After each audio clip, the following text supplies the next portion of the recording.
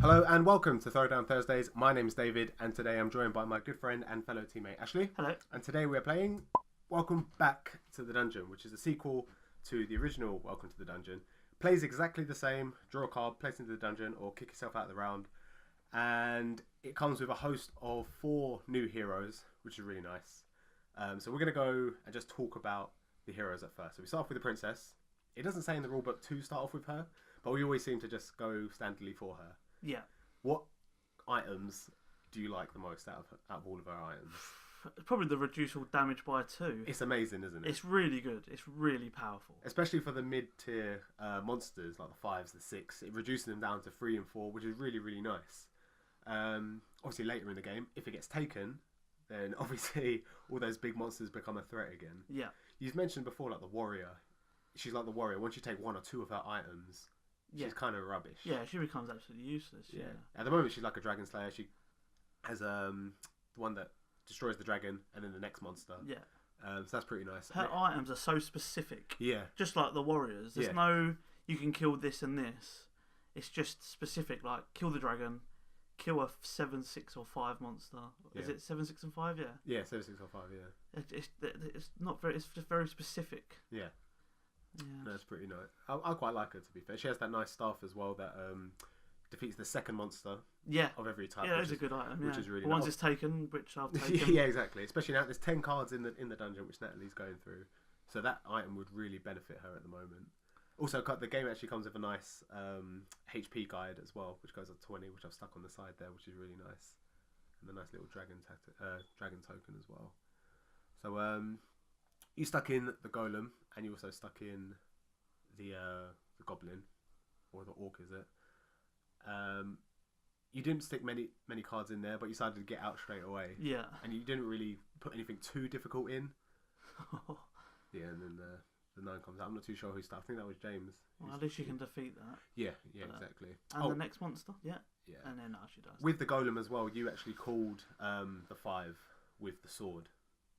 You have to call 5, 6 or 7, and then it defeats that monster. You could pick the 5. She put a 5 in, and also James put a 5 in as well, so he was obviously unaware of that. The ninja is up next, and he's a very unique character. I like... She goes to put the orc in, face up. None of you guys saw, luckily. So, we let her put that face down. The smoke bomb, which is really nice, allows you to defeat any monster by sacrificing an equipment. And then you just lose the HP if it was a HP item, depending on what's depicted on the card. He also defeats vampires, which is really nice. And he has the weird backpack that defeats 1s, 3s, and 5s if your HP is 4 or less. Yeah. And that's the kind of thing you have to start calculating how you're going to get to that damage before it starts killing things. So there's 7 cards in the deck at the moment. You've stuck in 2 2s, and you're still in it. Well, you've gone out now. Again, you've hardly stuck anything in there, but you decided to go out just because the amount of monsters that were going in there. Yeah, and I took the best item. Yeah, I took the smoke bomb. Yeah, exactly. Which is, I think, is one of the best definitely items that he's got. Definitely one of the best. I mean, she beats the demon that she put in with the sword. She takes 2 damage from the skeleton, so she's still quite far away from the 4 or less activating the backpack, which she activates now because she got hit by the lich. So she just defeats all 1s, 3s, and I think it's 5s. Yeah, it's 5s. Yeah. Which a 3 comes out, 1 comes out, 2 I think obviously more stuck in by you. And we know the last card's and a 3. the last card's a 3 as well. She showed us. So yeah, she wins that one. She's lost 1-1-1, so she could actually win the next game. Yeah. If she goes in. The bard is kind of similar, I feel, like the ninja. He's got the harp, which if he's 4 HP or less, he defeats. No, all evens give him 1 damage, or is it 2 damage? All 2 damage, and then every odd gives him 1 damage instead. So he can actually pilot quite a lot. Yeah. To be fair.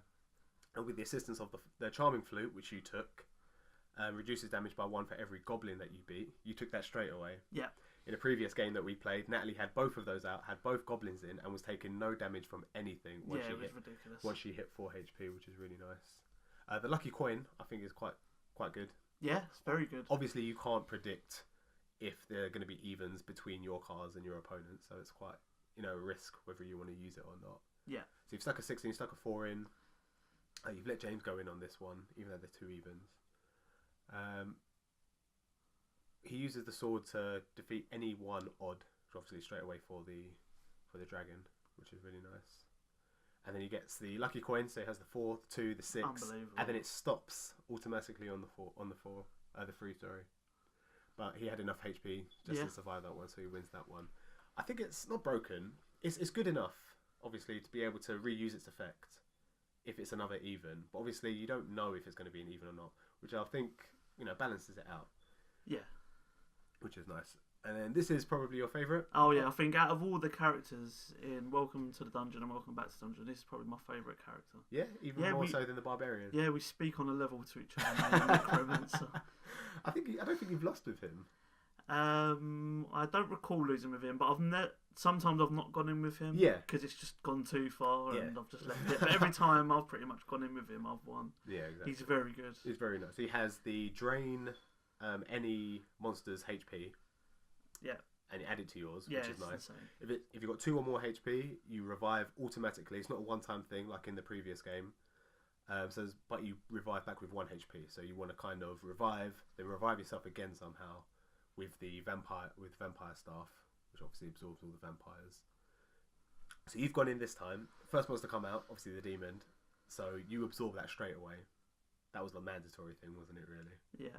And then after that, you take a couple of hits. And then you kill a couple more vampires, and then everything else is like really, really small chip damage. Yeah. Which is really nice. So you win there. So now we're just going to pick any monster you want. Obviously, you went into the dungeon last. You won, and so you're going to pick your favourite again. Yeah, definitely. Which is nice. So you've got a goblin there. So you just stick that in. Yeah. Natalie goes to take her turn when it's actually James's turn. I'm not too sure why that happens. Sure, she does it a lot. Yeah, she does actually. So yeah, I thought I'd just point that out so she knows that she needs to know her place. And we're watching. Yeah. So you get the Lich, you stick that in there. Liches are quite bad for this for the Necromancer late game. So obviously towards the end of the dungeon, it gets really, really, really close to having 1 HP. And if one of those monsters come out, reducing him down, reviving him to 1, and then another monster comes and kills him. Yeah. That's pretty much it. But you still have the vampire stuff. You stuck in 2 big monsters there. So you kind of want them to show up straight away. In saying that, James has just taken the possession scroll. So, yeah, which is no wonder you actually went out here. Yeah. If that was possession scroll was there, you probably would have stayed in. Yeah, I think so. Because Natalie takes the 2, she takes 7, straight away takes the 9, comes back with 1, and then starts again. If the possession scroll was there, she obviously would have been able to use it and gain some HP. And maybe, probably most likely would have done it, but that's the kind of thing that people do, isn't it? That's the whole point of the game, buffing people out and forcing people to lose. Because it's not just about winning twice in a row. Mm-hmm. So Natalie's out of this one, unfortunately. So she chooses to go for the Bard. So you and James are both 1-1. You're both in a position now where you can just put in whatever you want. Yeah, you can just go for it here, because we've both got a life each, haven't we? Left. Yeah. We've not lost one, so we can both just go for it here. Yeah, exactly. They'll kind of push each other, see who's going to break first. Going back to my original ways, I just start playing quite aggressively now. Yeah. Towards James, and just start taking some of the. Yeah. Start with HP items and just going hard on him, just to make him really think about whether he wants to go in or not. I keep saying to people that when people take the HP items, it kind of makes it seem like you want to go into the dungeon. I mean, you've put it now, so the Bard is already at his 4% or less. Mm-hmm. So and you've got the Charming Flute as well, which is nice. So already this is only going to do 1 damage to you, which you decide to take rather than killing it because it's an odd. So 1 comes out, you kill it straight away. So you now take 1 less damage. So basically all odds are doing nothing to you. Yeah. And all evens will just do 1 damage. Obviously you've got the Lucky Coin, so you take out the Lich with that, and then you've got another even, and then obviously you kill the dragon with the sword. Yeah. And then that's the game. I'm surprised James actually didn't push more. There's 3 really good items there. 4 really good. They're all really good items. I think Bard is really, really good. Yeah, he is. He's OP. He is really, really good. Him and the you obviously get on well with the Necromancer more than anything. But I think the Bard is the best, in my opinion. Obviously, you've just never lost with him. He took the vampire and the. Let's see what I mean. You kind of knew you was going to win that one. You almost knew what was happening. You kind of played off of James. and taking the HP items, like I said, forcing yourself into the area, the zone of 4 or less, almost secured it for you. Yeah. Not saying that it wouldn't have happened if there was more cards in there, but it would have been a lot harder for you. It's quite daunting when you look at any character and all their HP items have gone, and all they've got is 3 HP. Yeah, exactly. I know all the other items were there, but it can be quite daunting just looking at that and thinking, how am I going to win? There's how many cards were in there at the time? 6? Yeah. It's just like, how am I going to win this? Just no way. Yeah, exactly. But at that point, it was kind of again what happened with Lewis in the first game. I was at a point where if I go in now, I could probably still win this. But if James goes in, I think I'll probably go out. Most likely. Yeah. To be fair, the Bard had some really good items. I think no matter, even if you had a couple more cards in there, he may have done it. It all depends.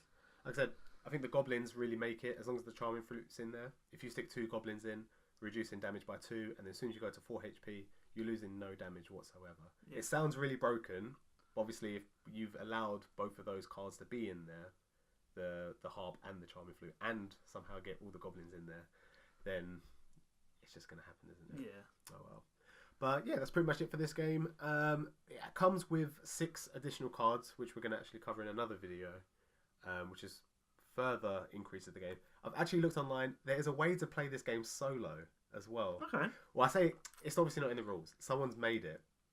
It's actually quite interesting. I played it a little bit this morning. It's actually quite fun. I'm not too sure if I like it, but yeah, it's interesting. So we'll give that a go. Okay. But yeah, that's pretty much it for this video. Hope you guys enjoyed, and we'll see you next time. Goodbye.